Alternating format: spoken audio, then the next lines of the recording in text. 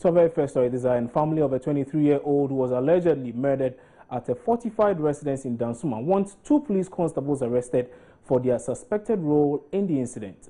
23-year-old house help Veracity Atani is said to have been murdered and dumped in a swimming pool in the house. Manasseh Azuria Wone has been following this incident and reports that the family of Elom and her employer are worried the police appear to be shielding the 2 police officers who are suspected of foul play in the murder.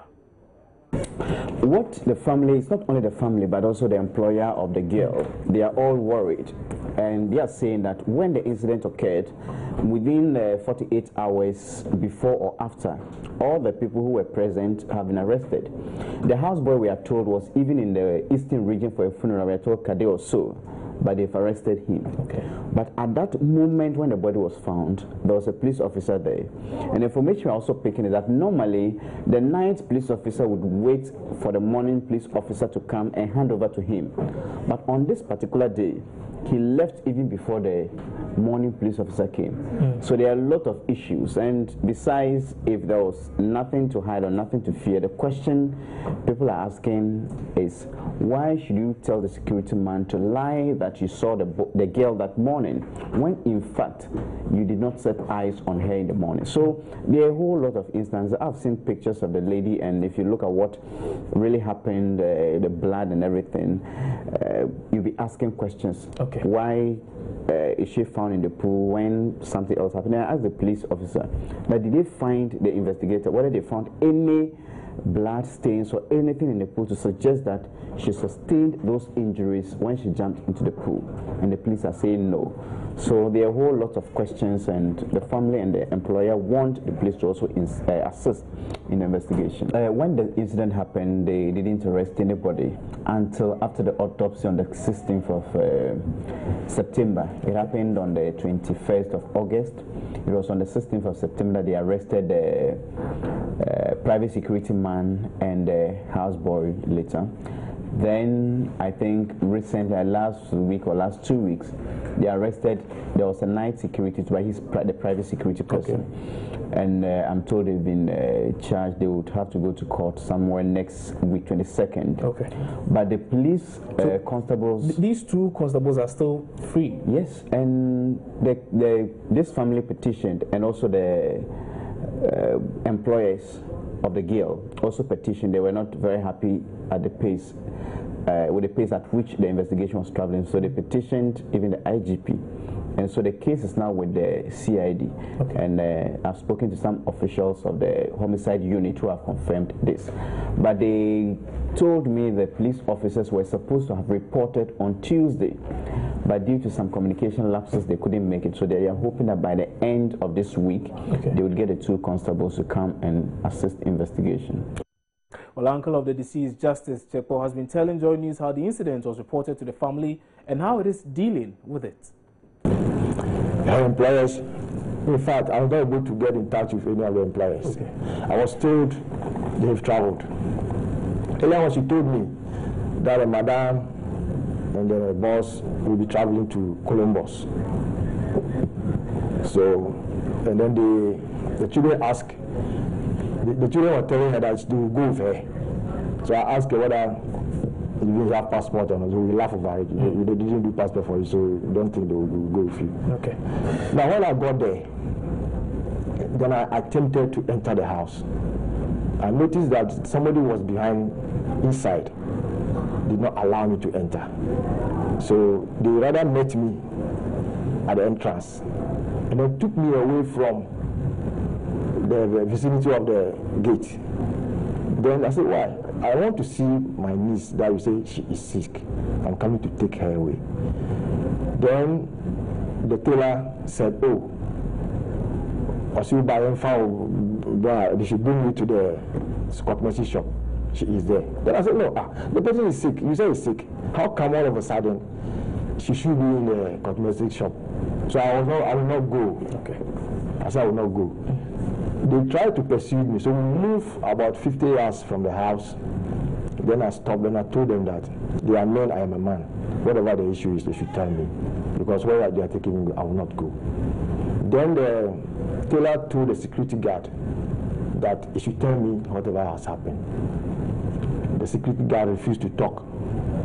So the tailor said, okay, on the power, BBC here.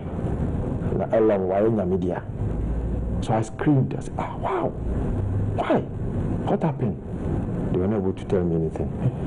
So then they said we should go back to the house. So when we go to the house, they opened the gate. Then I met a policeman in a uniform with rifle in the house.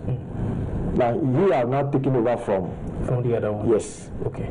Then he started showing me, like guiding me. Okay. I should pass here. And then you went to the house. Yes. Okay. The autopsy report says there are two causes of death. One is blunt head injury. The other one is subdural hematoma. Now, when you go to the net and you find the definition of subdural hematoma, it tells you that something like traumatic, violent, strike to the head of a person, and then that breaks the skull. Then there's a bleeding through the skull that finds its way through the nose and the ears. Then there's a whitish fluid that surrounds the brain. All those fluids, they have to flow. And they also went further to describe it or define it as that strike should be at the speed of a car. That will hit the head of that person before we get subdural hematoma. So then, what kind of... Now, students and authorities at the Achimota school here in Accra are living in fear after a decapitated body of a baby was found on the school compound. Police say they are investigating the matter and can't specifically say how old the baby was, although nearby residents estimate the baby to be a month old. The body has been deposited at the police hospital morgue. Latif Idris has more. Back here at the Achimota school, and yet again not for a pleasant story. I was here about 3 weeks ago. I reported about the emerging slum and the dangers the dwellers pose to the school. I am here again because just on Sunday, the dwellers of this slum found a decapitated body of a 2-month-old dumped right here. Now, that is raising some fear and panic among the residents of the slum and the school authorities, who say they suspect ritual killing. We found the baby, the head was not up, the head was not in. So we thought somebody used the head to do spiritual thing and come and dump the baby here. Now, what is now going through the minds of the people on the compound, where you work? We thinking that if we don't make what to sack the people around here, we'll get trouble, because some think those who are staying around who do this. Some too thought maybe people from outside who are doing this. But in order to solve the problem, everybody should come out so that they will find the whole place, so that we will see how we go fix up that problem. Now, this is not the first time this is happening. We've had similar incidents happen at the beginning of this year. This is the second one. Through me too, I see that people have been doing that wrong thing and come and dump it here. Then they give problem to the people who've been around here. So better the school was talking to sack people so that they will check over and set everything will be possible correctly. Do you suspect this, was done by someone in this community? Here? Yeah. Not here. Why do you say that? How sure are you that it's not perpetrated by someone who lives in the slum? We know our, doing here, and we know our situation over here. Over here, poor people are living here. This thing was going on is for the rich men who are living in the town. They are the ones who will be doing this thing. Yeah. And it's the second time the school authorities are worried about it. Yeah. This is the second time. That is why the school was, annoyed to be sacking people in around here.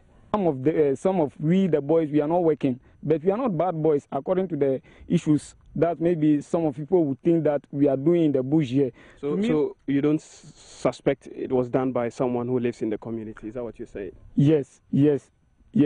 To me, if government can please come to this and they'll be researching our area here, even to make, maybe investigation to know what happened in the area here. Well, Latif Idris joins me now in studio with more on that particular story. Latif, thank you very much for joining us. Now, you just reported on that situation there. What have school authorities been saying? Yeah, the school authorities, they've not spoken since this incident started. Earlier this year, we had similar incident where a woman was killed on the compound of the school. School authorities refused to speak. Now, this time around, they feel the situation is getting worse. So finally, the assistant head teacher, he has broken the silence. He spoke to me and he said, there is little the school authority can do. So all they want is for the GS and then the Ministry of Education to come and then get these slum dwellers out of the place. So they believe essentially all these things are happening because of the slum dwellers. Exactly. They suspect. They are not pointing fingers yet, but then they are raising suspicions that, okay, it could be perpetrated by the slum dwellers, or it could be done by someone from somewhere who did it and then just come and then dump the body there. Okay, and you have the school authority saying yeah, so we can take a listen to what the assistant head had to say. Sure. Unfortunately, what the school authority can do now is just to report to their bosses, that is the GS, the Ministry of Education. And for now, to advise our children not to go close to the scene. Because as you can see and you saw yourself, it can happen to any of them. So what we are doing now is just trying to talk to our kids, not to stray into those areas and get into trouble. But you are the local administrator, so one would expect that you take decision because you know exactly what is going on the ground. Yes. Unfortunately, yes. What we can do is just to prevent our students from straying into those areas. But any concrete decision should be taken by our bosses and not the school.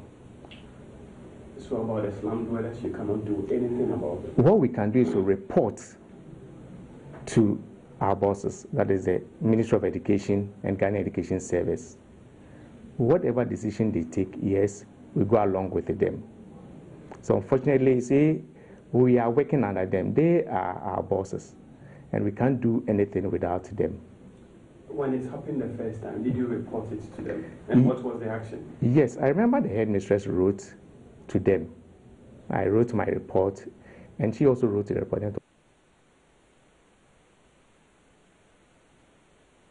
Well, that was Assistant Headmaster of the Achimota School, Ebenezer Akwa, in an interview there with my colleague Latif Idris. Latif Idris is still here with me in the studio. So, Latif, obviously this situation might have been reported to the police. Exactly. What have they also been saying? Yeah, the police say they've started investigations and we should expect the outcome to be very swift. Now, this is not the first time, so this one, they want to tackle it head on and expect that in the coming days, they should be out. Now, the police have picked the body up. As we speak, the body is at the police hospital where the necessary things are being done to come out with exactly what caused the death of this, months old, because we cannot put exact number of months on this baby. The police officer said it categorically that the baby is dead and we cannot put months or years on it. But the residents, they told me that it's about 2 months old baby boy. And so again, let me ask, we do not know who this baby belongs to in any way. Exactly. So the police say that as part of their investigation, this is what they are going to do. First point of call will be pregnant women who have been pregnant in the community for like 7-8 months. So they will now get in touch with them and see if the pregnancy is still there or is gone. If it's gone, the question will be, where is your baby? We can take a listen to what the police district commander had to say on this one. We had a report from Charles Jamna that in the Anomaly community, just the bush way leading to the Achimota school direction, a baby was found on the rubbish dump. Well, I had to accompany my investigators to the scene to see what actually happened.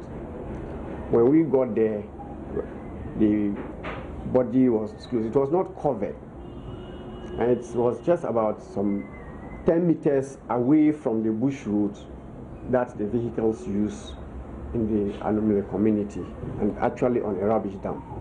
It didn't have a head and decomposition had actually commenced. So the first and foremost thing was to pick the body, send it to the police hospital, register it for subsequent postmortem. But we've taken the names of a few people who we have asked them to help us nose around for information. And we are doing that discreetly because if you go out, you don't know who the suspect might be.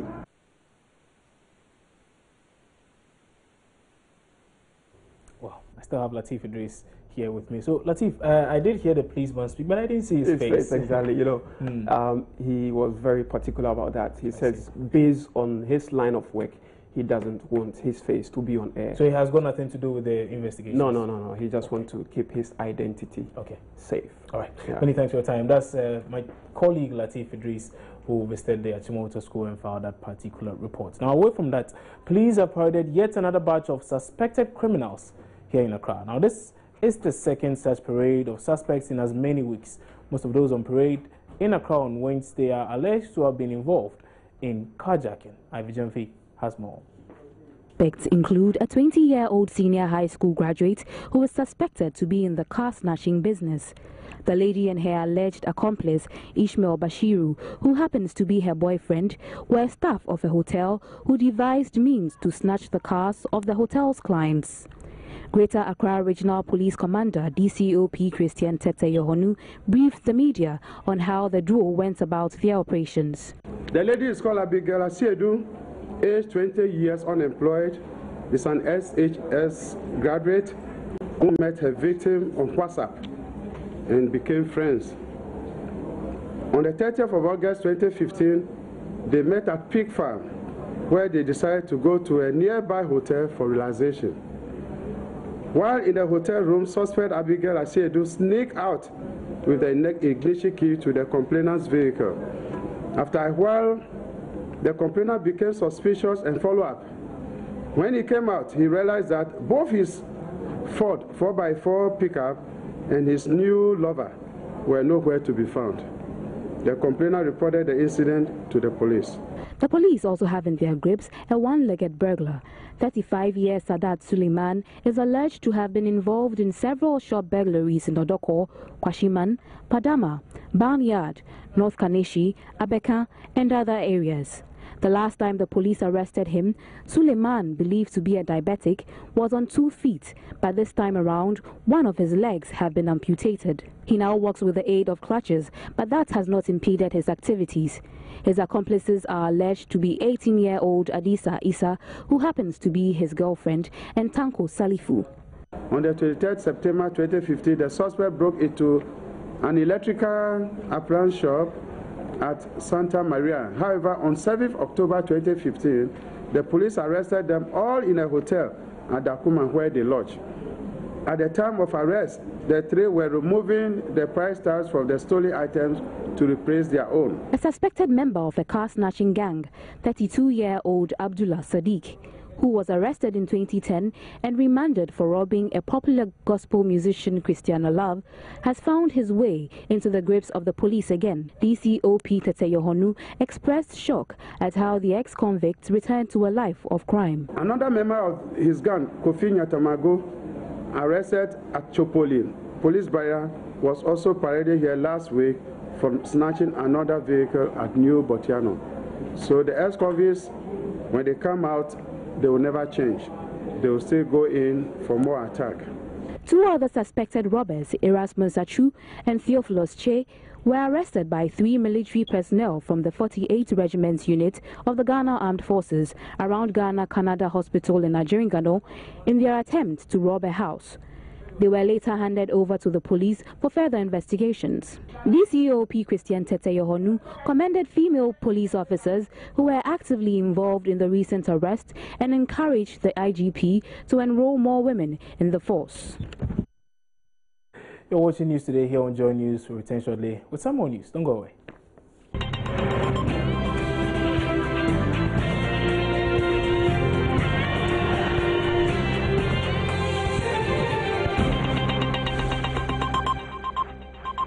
Thanks for staying on News Today. Now, the Supreme Court has indefinitely adjourned the hearing of the Ghana Bar Association petition on the appointment of 2 justices to the Supreme Court.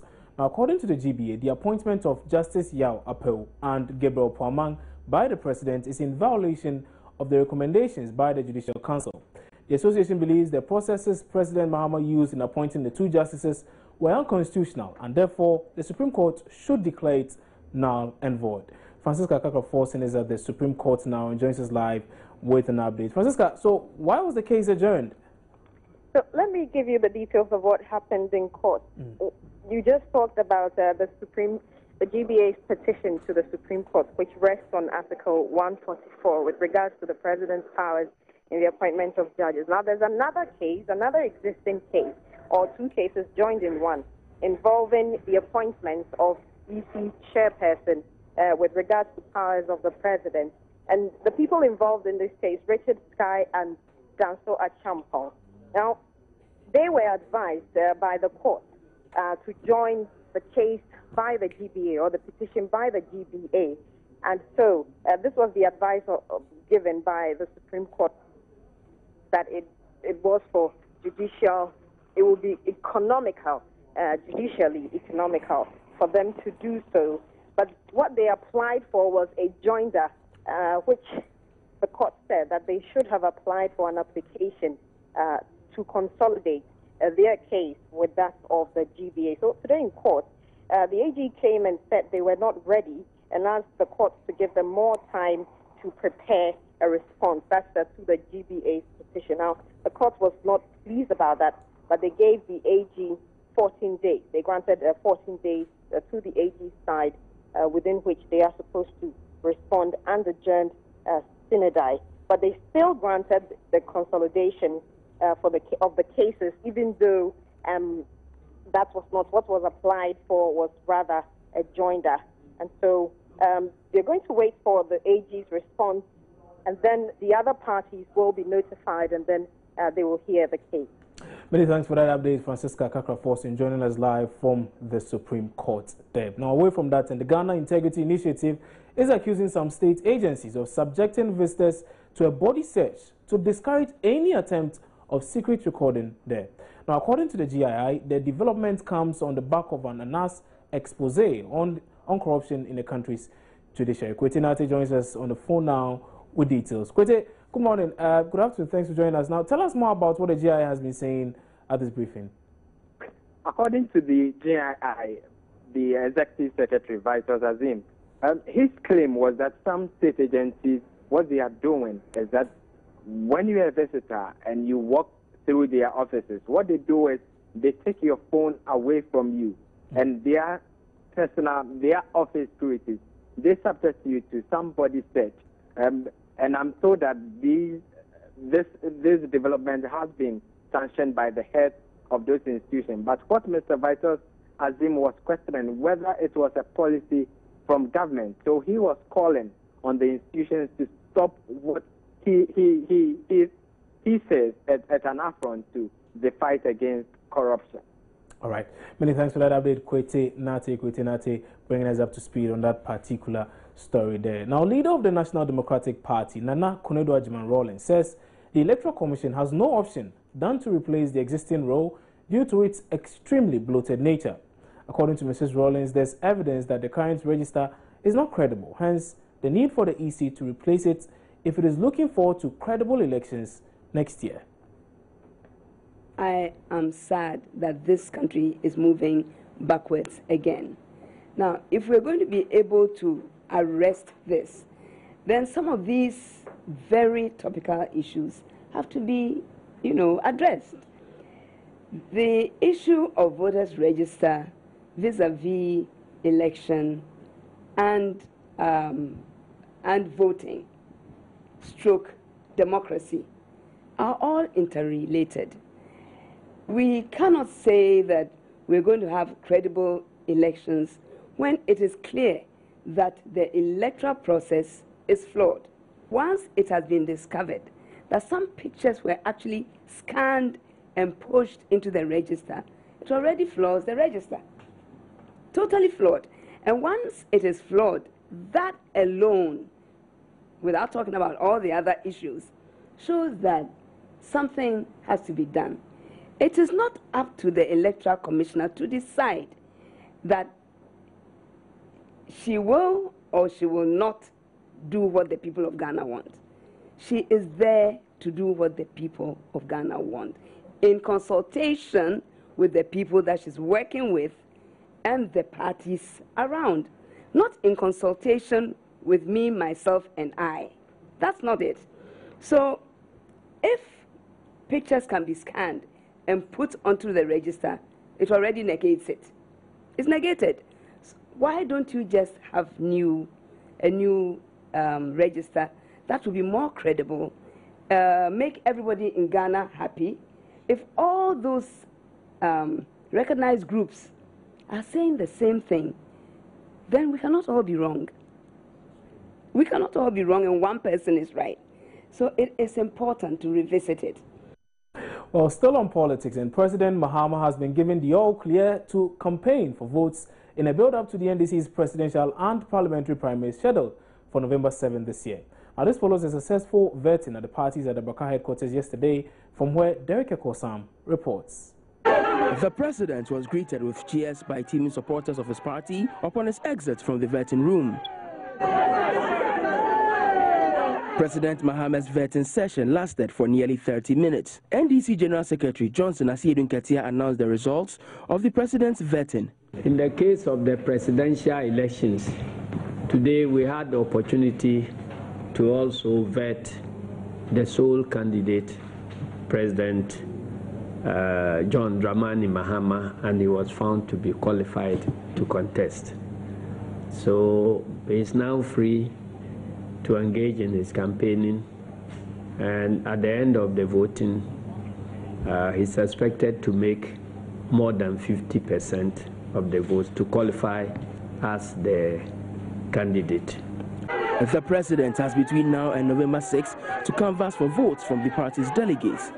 In spite of being the only candidate, the NDC's rules stipulate the president needs 50% plus one of the total votes cast to be declared presidential candidate of the National Democratic Congress. But has he done enough to merit a second term? Deputy Communications Director of the party, Fred Agbanyo, is confident the president will receive a resounding endorsement from the party.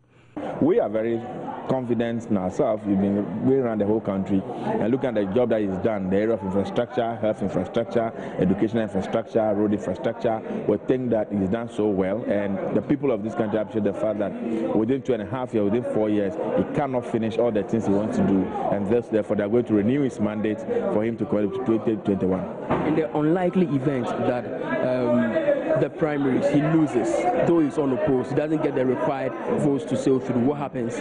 Well, if on the unlikely event that he goes and he loses, I don't see how that will happen anyway. But should that happen, what it means that you have to open the nomination again and call for fresh application or fresh people to come and pick the nomination form and go to the process again. Well, he's crossed the first of 3 hurdles.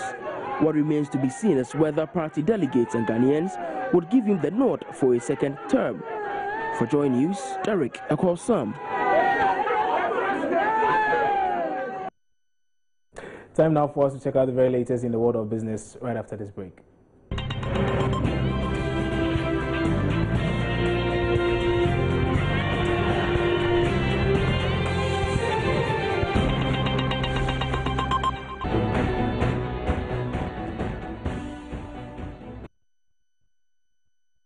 Well, good afternoon. You're still here on News Today. My name is Benedict Owusu. We'll talk sports now. In our very first story, the owner and life patron of Asante Kotoko, Tumfo Setu II, has asked the board of directors and Opoku management to continue working with following a meeting at Manshia yesterday. Now, Manshia has released a statement on the outcome of the meeting, and Joy Sports Baba Tando has joined me in the studio with extracts of the statement. So, Baba, what exactly is in the statement? Well, from the statement, 4 things are very clear. The first one is the fact that Nana wants a true reflection of happenings in the club in the form of a comprehensive results, a comprehensive report. He's also asked for suggestions on the way forward based on the problems that may arise from the comprehensive report that they would present to him. And he also wants the current team, that's the Opoku led management, together with the board, the the board to continue their work. But of course, one bit that we need to talk about is the fact that he was shaken by the fact that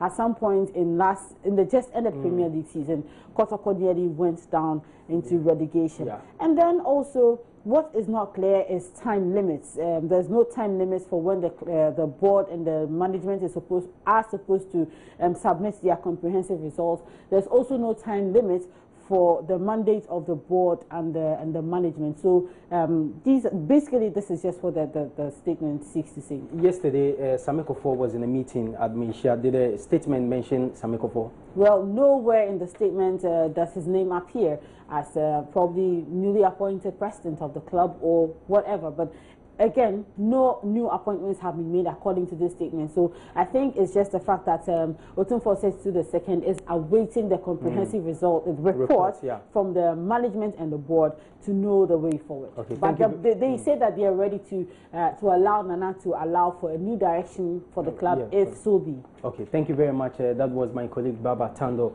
telling us what exactly happened at Malaysia yesterday when Otumfuo met the board and also the management led by Opokunti. Basically, what Otumfuo is saying is that per the statement Baba read or explained to us is that Otumfuo has given them 2 weeks to bring him a comprehensive report of what they've been doing all this while since they took charge of the club. So we'll follow that, but we can now go to Kumasi and speak to Insura FM's, sports editor, that's Bright Kankam Bodu, who's been monitoring this whole Asante Kotoko leadership crisis. And Bright was on radio this morning from 10 to 12 on Insura FM. We can get some perspective from Bright as to what has been the reaction so far after yesterday's meeting. So Bright, thanks so much for joining me here on News Today. What can you tell us as to, the reaction that is coming in after the press statement released by Malaysia? Well, I think nothing has changed, Benedict. It looks like, let's say, a new direction being given or not. It looks like, if you read the statement very well, it didn't really spell it out clearly as to whether Opokunti and the board should continue, let's say, till next year, or as to the exact time they should do their work. And that kind of uncertainty still surrounding Asante Kotoko management and how things are going to be run. And if you look at what really happened yesterday at Malaysia, it looks like the Samekofo coming to take over thing. Nothing was mentioned in all the deliberations between Otumfuo and the board and even the management and the players and the technical team. So still, on radio, people really want to know how the direction of the team is going to be. And I want to correct something. Baba, you asked Baba about Samekofo. Samekofo went there yesterday in his capacity as a member of the current board. Let's not forget. Exactly. He's in the board, yes. So that was why he was there.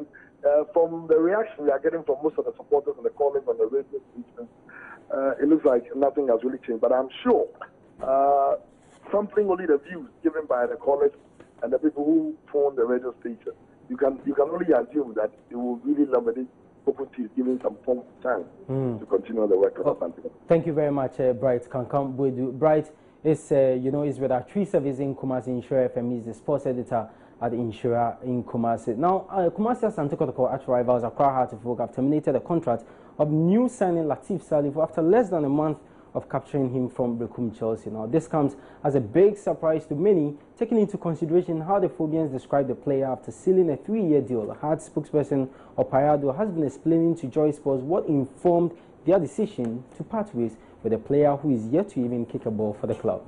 We believe that be as transparent as possible in every transfer dealings that we engage in. We want dedicated players to come in here to help our cause. But if we find at any point in time that the player is not dedicated, is not ready to serve the cause of House of Oak, then it wouldn't be prudent to go ahead. Part of the agreement, House of Oak was supposed to give Latif part of the money that was in the contract.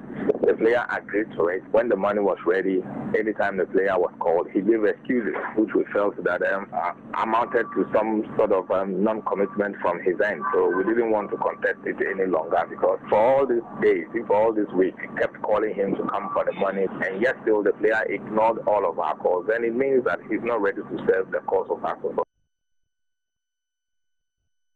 So we can do some more here, and let's talk about some national football news. And local Black Stars team have come from Obuasi to Kumasi ahead of their first leg game against Ivory Coast in the 2016 CHAN qualifier. Remember, Ghana played a big part in the last edition of the tournament in South Africa, where we finished second and won silver there. So what must the team do this Sunday is that they have to get a good result to make the second leg, which will be played in Ivory Coast, a mere formality. We've been speaking to Beneza Sefa, who's been monitoring the team's preparation so far in Obuasi.